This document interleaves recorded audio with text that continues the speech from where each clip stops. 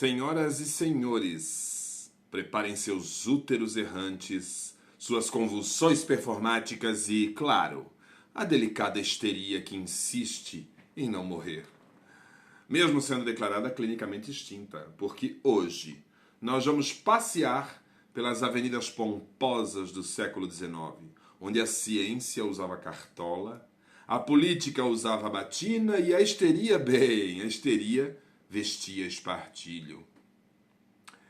Histeria, essa entidade quase mítica, foi durante décadas o diagnóstico favorito da medicina ocidental. Claro, aplicada preferencialmente às mulheres que teimavam em sentir qualquer coisa que ultrapassasse o silêncio ou o sorriso educado. Se uma dama ousava falar alto, chorar em público ou, céus, expressar algum desejo, lá vinha o carimbo da ciência patriarcal, da medicina absurda, histeria aguda. Com sorte, um médico receitaria repouso. Com azar, um vibrador a vapor. Com mais azar ainda, talvez, uma internação com lobotomia. Mas afinal, o que era a histeria, senão um eficiente mecanismo de controle? Sim, meus caros. Por trás da bata branca escondia-se o velho conluio. Estado, igreja e ciência de mãos dadas como três mosqueteiros da normose. A mulher? A mulher era apenas o campo de batalha onde se decidia quem tinha o monopólio da razão e da sanidade. Enquanto o púlpito berrava sobre pecado, o Estado legislava sobre o corpo alheio. E o jaleco branco assinava diagnósticos em latim. O feminino seguia confinado à clausura doméstica. Toda forma de pensamento crítico, instinto de liberdade ou espiritualidade orgânica era patologizada.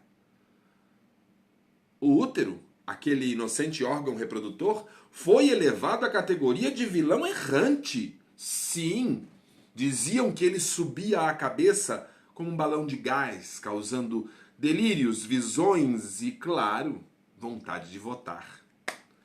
E assim nasceu a histeria. Filha bastarda da ignorância, criada com leite de moralismo e embalada por sinos de igreja. Mas, surpresa, eis que no século XXI a histeria desaparece. Sim, ela evapora dos manuais médicos como um truque de mágica mal ensaiado. Por quê? Por quê? Porque ficou desconfortável demais, né? Afinal, como continuar culpando o útero agora que ele está cercado por hashtags, teses de doutorados e coletivos feministas? É nesse cenário que surge a bioneuroterapia. Não como mais uma técnica, mas como um movimento, um levante elegante contra a normose institucionalizada, contra os resquícios coloniais que ainda infestam os discursos, os diagnósticos e até os sofás e divãs de consultórios. Porque vejamos, não basta dizer que a histeria acabou se a mulher negra ainda é chamada de agressiva por expressar firmeza, se o homem sensível ainda é ridicularizado como frágil, se a espiritualidade livre ainda é chamada de esquizofrenia cultural. A normose é persistente, ela sobrevive como um vírus mutante sofisticada, travestida de bom senso, vestida de jaleco ou toga, perfumada com incensos de catedral. E é por isso, meus amigos e minhas amigas, que a bioneuroterapia não é moda nem método, é vassoura. É ritual de limpeza, é exorcismo poético, é a retomada de um corpo que nunca foi doente, apenas silenciado.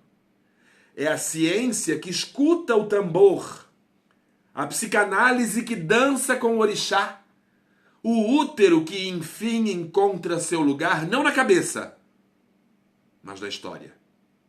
Então, da próxima vez que disserem que estamos todos muito histéricos com esse papo de cura, ancestralidade e libertação, sorria e responda: não é histeria, é consciência. E ela, felizmente, não tem cura. Eu achei extraordinário todo esse processo, toda essa cantoria. Quando eu comecei a estudar, agora, de pouco tempo, eu iniciei a minha pós-graduação em neuropsicanálise e eu comecei a perceber alguns fatores, como filósofo que eu sou, como pesquisador da cultura que eu sou, como pesquisador de costumes e da sociedade e egresso agora de antropologia, eu me abismei com alguns fatores importantes e ponderantes a respeito da história da psicanálise, da psicologia, mas algo me chamou muita atenção porque, na verdade, sempre me chamou a atenção. Há muitos e muitos anos atrás, quando eu comecei a estudar hipnose, quando eu iniciei os meus estudos de hipnose, deixa eu ajeitar aqui. Quando eu iniciei os meus estudos de hipnose, eu estudei sobre Charcot, sobre Breuer, né? Enfim, sobre os grandes hipnólogos do século XIX, e aí veio a história de Freud com a hipnose e Freud com a psicanálise. E na verdade foi o meu primeiro passo, assim como Freud, o meu primeiro passo para chegar à psicanálise também foi a hipnose. A diferença é que Freud nunca mais praticou hipnose e eu continuo praticando até hoje. Mas uma coisa me chamou muito, sempre me chamou muito a atenção, que era a histeria. A histeria. Olha que interessante. A histeria é uma história engraçadíssima. A histeria foi um diagnóstico médico amplamente difundido no século XIX, principalmente atribuído às mulheres. E ele serviu como, a histeria, né, serviu como um reflexo das estruturas sociais, políticas e científicas da época. A sua classificação como doença e posterior desaparecimento dos manuais psiquiátricos revelaram e revelam muito a respeito das dinâmicas de poder, das dinâmicas de gênero, da medicalização do comportamento humano. Esse ensaio e essa conversa nossa de hoje, né, esse nosso ensaio de hoje, ele vem para que eu possa trazer para vocês um pouquinho das raízes antropológicas, políticas, biológicas da histeria no século XIX, a sua relação com as atitudes sociais contemporâneas e os motivos que levaram o seu declínio como uma categoria diagnóstica. E é interessante falar do declínio da histeria porque não faz muito tempo houve um acontecimento aqui no Nordeste do Brasil muito interessante.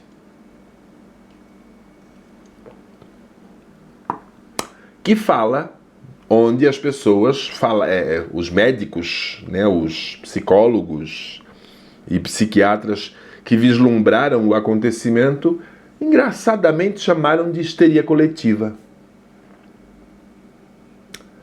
Mas o que seria histeria? De fato, de verdade.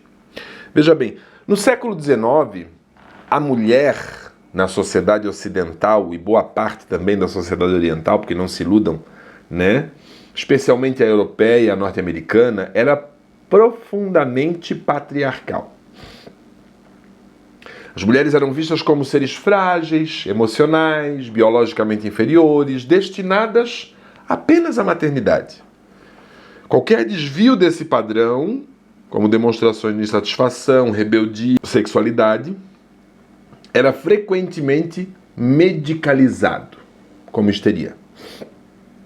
A histeria funcionava como um mecanismo de controle social. Sintomas como ansiedade, depressão, convulsões, paralisias, crises nervosas, crises de pânico, eram atribuídos a um útero errante, conforme a própria teoria hipocrática. Ou a uma fraqueza nervosa que era um detalhe feminino, uma coisa da mulher. Essa patologização justificava a submissão feminina, porque qualquer resistência ao papel de gênero esperado era interpretada como uma doença. Sob uma perspectiva antropológica, a histeria pode ser entendida, então, desta forma, como uma manifestação de tensões sociais não resolvidas. Mulheres oprimidas, sem voz política, sem autonomia corporal, desenvolviam sintomas físicos, como uma forma inconsciente de protesto. Um fenômeno que Freud, mais tarde, associaria à conversão psíquica. A medicalização da histeria, gente, servia aos interesses da elite médica, majoritariamente masculina. Majoritariamente, quando eu falo, é majoritariamente mesmo, gente. A primeira médica a se formar, a primeira mulher a se formar em medicina no Brasil foi Nise da Silveira, em 1912. Se não me falha a memória, foi em 1912, mas já era século XX, ok? E também como primeira mulher a se formar em medicina, na Bahia, em Salvador, tá? Ela também foi a primeira psiquiatra a romper com os padrões da psiquiatria e a assimilar e a produzir um novo processo terapêutico que não existia. E foi presa por causa disso. Primeiro por ser mulher, segundo por não querer lobotomizar as mulheres que estavam internadas, nenhum dos esquizofrênicos, ditos esquizofrênicos, e tanto que ela foi responsável, graças a Deus, ela conviveu conosco até muito poucos anos atrás, e foi responsável pelo Museu do Inconsciente, gente. Museu do Inconsciente. Tá? Assim, Var Mitchell receitava tratamentos como a cura de repouso, a estimulação manual dos genitais com estimuladores a vapor. Literalmente, eram consolos, tá? Eram consolos. Aliás, a palavra consolo veio dessa época da histeria, tá? Consolo de viúva, né? Ele veio dessa época da histeria, ok? Que era o consolo das mulheres histéricas. E ele soltava vapores dentro do corpo da mulher, ok? Não eram coisas delicadas, não eram coisas suaves, gente. Eram metais, eram coisas desagradáveis. Por quê? Porque o corpo da mulher, o corpo feminino, a feminilidade precisava ser controlada. Não podia fugir do controle masculino. E aí depois vieram o determinismo biológico e a frenologia, né, uma pseudociência do século XIX, que sustentava que as mulheres eram... Aliás, gente, pseudociência, normalmente, hoje em dia, todo mundo chama... Muitas terapias integrativas hoje são consideradas pelos profissionais da área da saúde como pseudociências. Mas a gente não pode esquecer que a maioria das pseudociências foram criadas, ou das teorias pseudocientíficas, na verdade e originalmente foram criadas por médicos, por cirurgiões, por psiquiatras. Tá? E assim como a frenologia ela sustentava que as mulheres eram biologicamente predispostas à instabilidade emocional. Essa visão essencialista justificava a exclusão feminina da vida pública, do voto, sob o argumento de que a sua natureza as tornava incapazes de racionalidade. Com Freud e Charcot, a histeria deixou de ser vista como um distúrbio uterino e passou a ser entendida como um fenômeno psicológico. Freud propôs que os sintomas histéricos eram resultado de traumas reprimidos, especialmente de natureza sexual. Ou seja, Freud libertou, pero no mucho. E eu não estou desfazendo aqui da teoria de Freud, nem da revolução freudiana, que foi um extraordinário salto para as neurociências no século XX, principalmente no século XX, mas não posso negar que realmente grande parte dos nossos anseios e recalques são de natureza, sim, sexual. Freud não estava errado, porém, o controle social também, nesse momento, foi percebido através do sexo. E a gente pode perceber isso hoje em dia com ainda mais força. A gente vai chegar lá. Essa mudança de paradigma retirou a histeria do campo da biologia e colocou dentro da psicologia. No século XX, a histeria foi gradualmente substituída por diagnósticos um pouco mais precisos, como transtornos de conversão, transtornos de ansiedade, depressão. A psiquiatria moderna reconheceu que muitos dos sintomas atribuídos à histeria eram, na verdade, manifestações de condições neurológicas ou psicológicas mal compreendidas naquele momento da história. Por que elas eram mal compreendidas?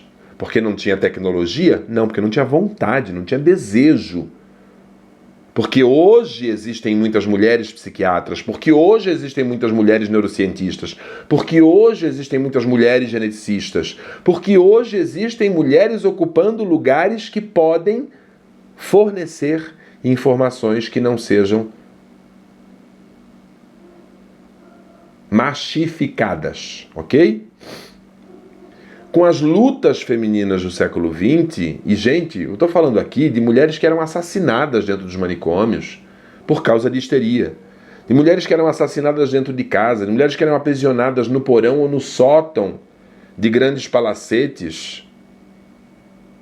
Por quê? Não é porque elas estavam esquizofrênicas, é porque elas tinham opinião. Homens que prendiam suas mulheres em calabouços de palacetes e casavam-se com outras mulheres como se a mulher deles tivesse fugido, louca. E era assim que funcionava. E vejam, vamos fazer um parâmetro aqui agora, gente. Eu sempre falo para vocês que eu não sou muito adepto das metodologias de Freud, eu sou muito mais junguiano, mas eu não posso negar que Freud construiu a clínica psicanalítica, da qual eu atuo, da qual eu faço parte. Freud instituiu o que nós passamos a chamar depois de escuta ativa, onde você senta na minha frente, ou de costas para mim, ou não senta, você chega perto de mim e eu sou apenas um ouvinte, que vai contribuir com ouvidos para que você encontre o teu processo. E essas mulheres histéricas, gente, eram as mesmas bruxas da época da Idade das Trevas, da época da Inquisição. Elas eram bruxas primeiro. Primeiro elas eram só serviçais, assassinadas do jeito que os homens, ao bel prazer dos homens. Depois elas eram bruxas, queimadas em fogueiras, por serem boas curandeiras e conhecedoras de um conhecimento que a igreja não aceitava que estivesse fora do controle do Estado religioso. E não se iluda, porque a democracia não mudou nada. Tá? Essa história de que hoje em dia o Estado é laico. Que Estado laico que nós temos hoje no Brasil? Se nós temos bancada evangélica, bancada católica, se nós temos... Eu nunca vi bancada de ateu e nunca vi bancada de macumbeiro ainda, não vi. Mas tem a bancada evangélica, tem a bancada... Então, que nível de laicidade nós temos realmente? Nada mudou. Nós continuamos com a igreja cristã, especificamente, no controle do Estado. pelo menos no Ocidente. E este controle, ele é compartilhado, digamos assim, com o poder, lógico, das igrejas com mais poder econômico, seja o judaísmo, seja o islamismo, e assim sucessivamente. Por quê? Porque não são religiões libertadoras. Cristianismo, islamismo e judaísmo não são religiões libertadoras. São religiões machistas, patriarcais e genocidas. Ai, Alfredo, você é anticristão. Não. Eu não sou anticristão, eu não sou antissemita, eu não sou anti-nada. Porque se você é cristão, se você é evangélico, se não importa qual o que você professe religiosamente, espiritualmente, não me importa. Mas a história do sistema Império Romano que se transformou em Império Cristão é essa. É essa. Machista, patriarcal e genocida. Genocida. Segregador. Racista. Xenófobo. Oligarca. É isso que o Estado cristão, o Estado islâmico e o Estado judeu são. E sempre foram. Vamos parar de ilusão. Porque as mulheres sempre foram bruxas quando eram mulheres sábias, elas eram histéricas quando resolviam assumir a sua feminilidade, a sua posição. Elas tiveram que usar burca para não resistirem. Elas são ainda hoje, em muitos lugares do mundo, apedrejadas por serem antifrágeis, por serem mulheres fortes. Ainda são humilhadas por quando são humildes. Vocês já sabem, eu já expliquei aqui para vocês, para quem não ouviu ainda. Humildade não é humilhação, humildade é você reconhecer os teus pontos fortes, os teus pontos fracos e saber pedir ajuda, reconhecer os teus limites. Então as mulheres, normalmente, hoje ainda, são humilhadas quando são humildes e são preteridas quando são conscientes. A liberdade fenomenológica, como a gente fala na prática psicanalista, que é o que você tem dentro do consultório, né, que é aquela coisa da ética, do segredo do consultório, né, do sigilo cliente-analista, da liberdade do não julgamento, etc. e tal, que você tem no consultório, você não tem na sociedade. Você não tem na sociedade.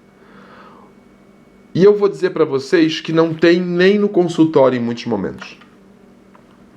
Sabe por quê? Porque o consultório psicanalista, o consultório de psicanálise, ele se tornou elitizado.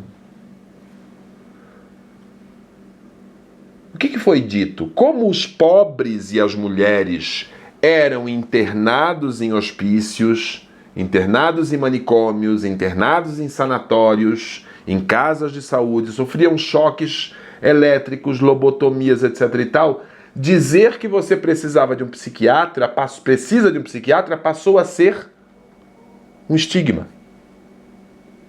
Dizer que você precisa de tratamento psicológico passou a ser um estigma no meio da população feminina e para os pobres.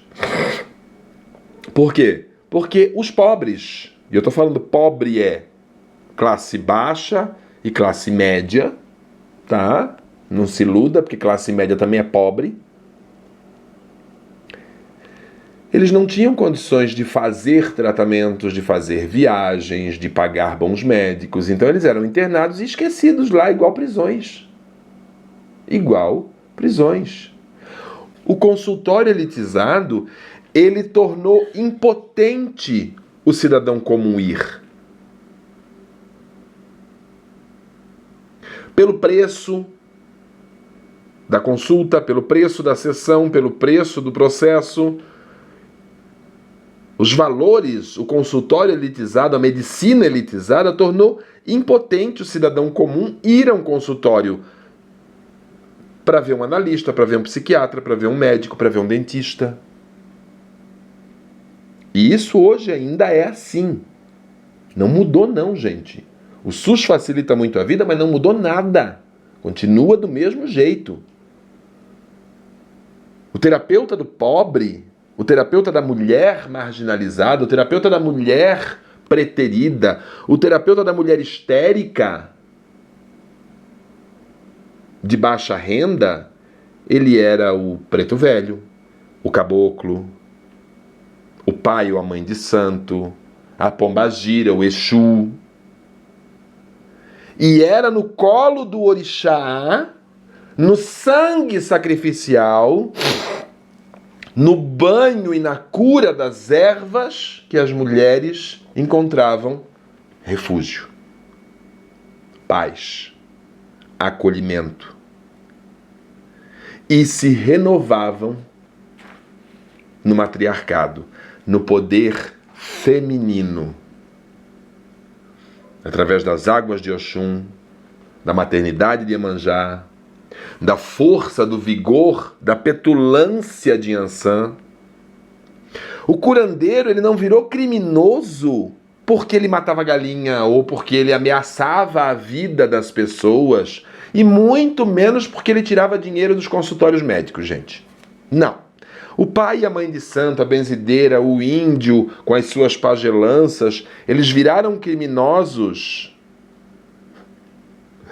porque eles eram libertadores, porque eles libertavam pretos, mulheres e pobres, porque eles não se rebaixavam, porque eles salvavam da morte quem era desenganado pela ciência. E quando a gente tem um entendimento do complexo, eu percebo muito hoje em dia, eu convivo com muitos zeladores e eles são muito reticentes com relação à terapia, por exemplo. Por quê? Porque do mesmo jeito que eles foram criminalizados, eles também pegaram uma certa aversão em tudo aquilo que se refere aos processos terapêuticos convencionais, contemporâneos, não sei, científicos, vamos dizer assim, né? E é muito interessante porque cada dia mais e mais e mais e mais a gente vem percebendo que o que antes era curandeirismo, era pseudociência, começa a ser reconhecido pelo SUS, né, pelo Sistema Único de Saúde, pela Organização Mundial de Saúde, pela Anvisa, como reiki,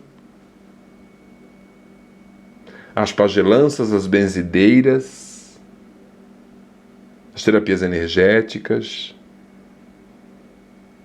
a psicoterapia holística, as terapias védicas, a acupuntura. E aí a gente voltando lá no início do século XX, a gente fala das lutas feministas do início do século XX, a noção de que as mulheres eram naturalmente histéricas começou a ser desafiada. A histeria, enquanto um construto social, começou a perder a força à medida que mulheres conquistavam direitos e autonomia sobre seus corpos. Tem muita gente que dá risada até hoje da situação dos anos 50, de quando as mulheres queimaram sutiãs em praça pública. Tem muitas mulheres machistas, inclusive hoje, que dizem que ai, que ridículo as mulheres saírem de seios à mostra na rua. É ridículo. Não, não é ridículo. A mulher é dona do seu corpo. Não são os homens que têm que dizer o que a mulher faz ou deixa de fazer. Não é porque a mulher saiu com uma minissaia ou saiu seminua na rua que ela está pedindo para ser estuprada. São essas coisas, são esses paradigmas imbecis, estúpidos,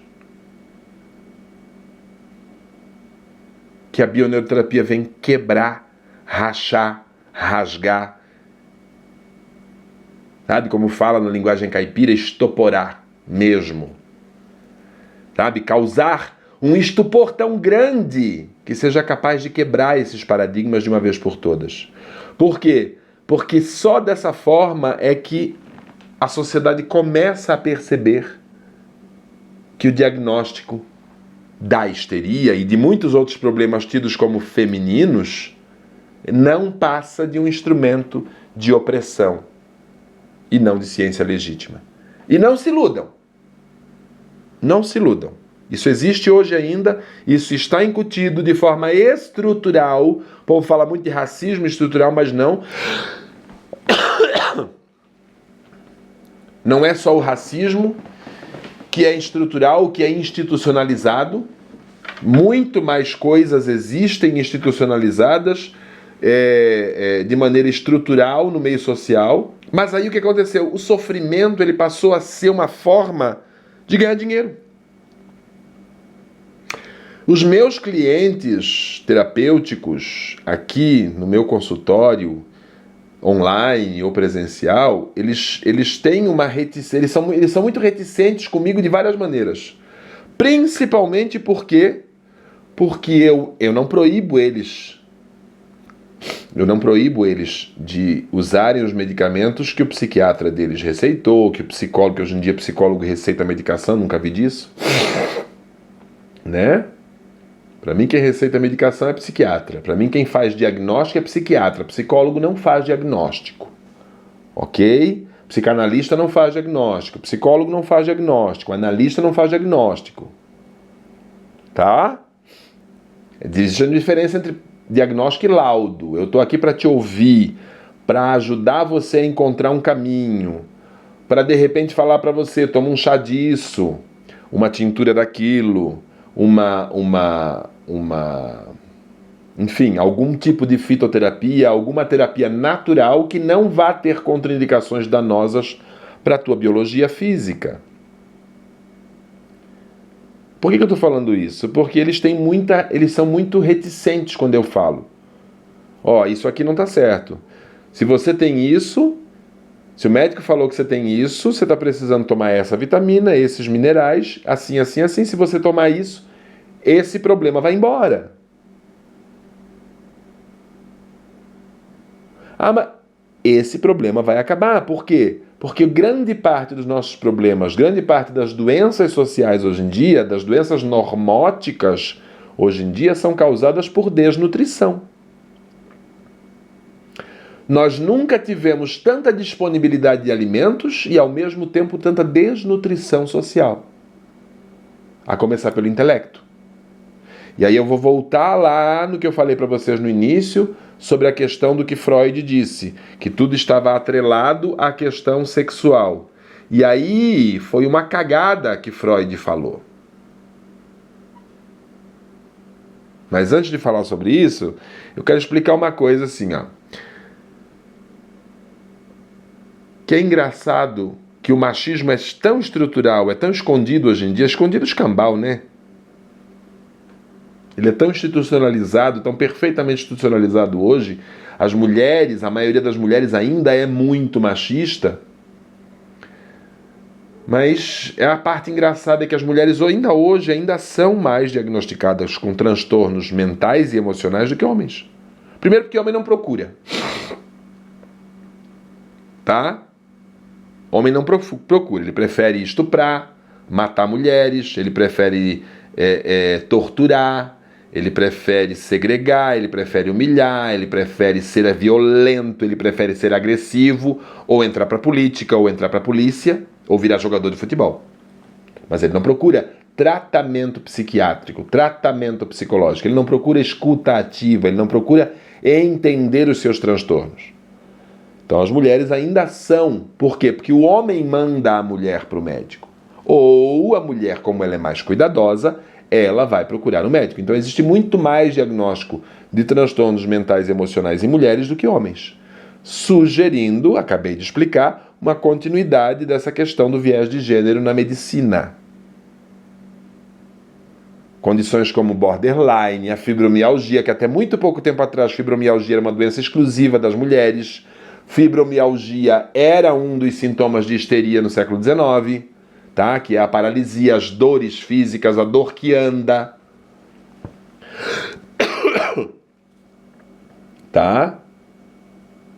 Isso poderia ser hoje diagnosticado como a nova histeria. Doenças cujos sintomas são subjetivos e frequentemente associados a mulheres. Só que é tão engraçado que essa institucionalização, essa estruturalização fez com que a medicina se tornasse uma oligarquia praticamente. Porque além de ela ser misógina e segregativa, ela fez com que as pessoas acreditassem que tudo é só biológico. Que nada é psicológico, que nada é psicossomático. Por quê? Porque quando Freud disse que tinha a ver com o sexo, quando Freud começou a trabalhar, quando a psiquiatria começou a entender os métodos da revolução freudiana, o que aconteceu? A psicossomática caiu no esquecimento. E aí nós deixamos de prestar atenção. Por quê que essa pessoa está com fibromialgia? Por quê? Ai, depressão não tem causa. Meu Deus! Meu Deus!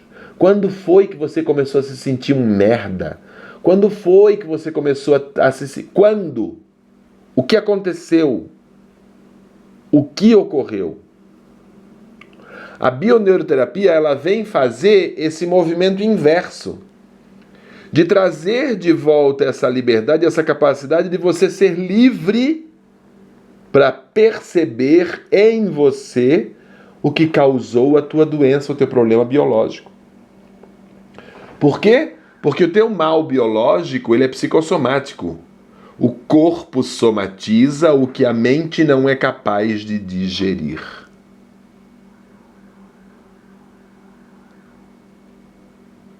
O corpo produz câncer, cândida, tumores, cistos, diabetes, o que mais? Vai lá, qualquer coisa que você quiser, senilidade, qualquer coisa. Tudo é psicossomático. Ah, mas eu sou gorda porque meu pai era gordo, minha família era gorda. Não. Ah, eu tenho câncer porque minha família tem câncer. Não. Existe a predisposição? Sim, existe. Mas a predisposição é psicossomática. Só que não se fala mais disso. Você tem um semestre de psicossomática em medicina, se é que tem ainda, né? Como o pessoal está brincando agora, os médicos hoje em dia estão se formando na inteligência artificial, então temos que tomar cuidado. Enquanto que os terapeutas são aqueles que realmente estudam Freud, estudam Jung, estudam Charcot, estudam Lacan, estudam Nis da Silveira, estudam os grandes cientistas e neurocientistas para poder manter o seu consultório com essa capacidade de oferecer liberdade aos seus clientes. Clientes, analisando-os, chame como quiser, interagentes, agora tem uma história de interagente, né? Consegue entender isso agora? Quando eu falo de bioneuroterapia, e muito em breve eu vou liberar para vocês o primeiro tratado de fato, tá? Já tem o livro, Rompendo Correntes, tá? Só que o Rompendo Correntes, ele é uma introdução à bioneuroterapia. Ele fala sobre o fatalismo e o determinismo e o papel da normose, o papel da bioneuroterapia no enfrentamento da normose e os seus retroalimentadores. Rompendo Correntes. E aí tem também o Código dos Guardiões, que é como se fosse a aplicação da bioneuroterapia na vida cotidiana. Mas é um thriller super animado, super divertido. Pelo que os críticos falaram, uma mistura de Humberto Eco com Dan Brown, achei o máximo. Né? Nunca vou me esquecer dessa alusão da crítica, dos críticos, tá? Que falaram que esse meu livro ele tem uma mistura de Dan Brown com Humberto Eco, achei maravilhoso. Mas o tratado sobre a bioneuroterapia ele ainda está em desenvolvimento. Por quê? Porque a bioneuroterapia tem só 5 anos. A bioneuroterapia tem só 5 anos, gente. Eu estou movimentando ainda. Já existem bioneuroterapeutas no México. mas eu ainda estou estruturando ela, ainda estou estudando ela, ainda estou fazendo revisões bibliográficas, ainda estou fazendo a parte de pesquisa em consultório, para eu poder chegar aqui e dizer para você, está aqui, pronto, o Tratado sobre Bioneuroterapia. Só que bioneuroterapia não é especificamente uma ciência, gente. Bioneuroterapia é um movimento. Ele vai ter um tratado? Vai, porque eu quero que vocês entendam o que é especificamente este movimento. Mas ele não é uma ciência que eu pretenda que venha a ser uma disciplina especificamente. Talvez um dia. Talvez não eu, talvez depois de mim, aqueles que estudarem, que desenvolverem mais a bioneuroterapia, talvez consigam transformá-la, torná-la uma disciplina. Mas hoje eu não tenho essa gana, não tenho essa esperança, essa expectativa de transformar, de apresentar a bioneuroterapia para vocês como uma ciência, mas como um movimento. Porque dentro da bioneuroterapia você vai encontrar psicanálise, você vai encontrar psiquiatria, você vai encontrar fitoterapia, aromaterapia, medicina tradicional africana, medicinas originárias da América do Sul, Central e do Norte. Você vai encontrar Ayurveda, você vai encontrar medicina tradicional chinesa, você vai encontrar budismo, você vai encontrar culto orixá, você vai encontrar tudo o que está, você vai encontrar hipnose, você vai encontrar cromoterapia, você vai encontrar massagem, você vai encontrar tudo. Tudo num movimento de quebra de paradigmas, de mudança e quebra de paradigmas no enfrentamento da normose. Esse é o processo da bioneuroterapia. E foi por isso que eu trouxe esse vídeo aqui para vocês hoje, para que vocês entendam.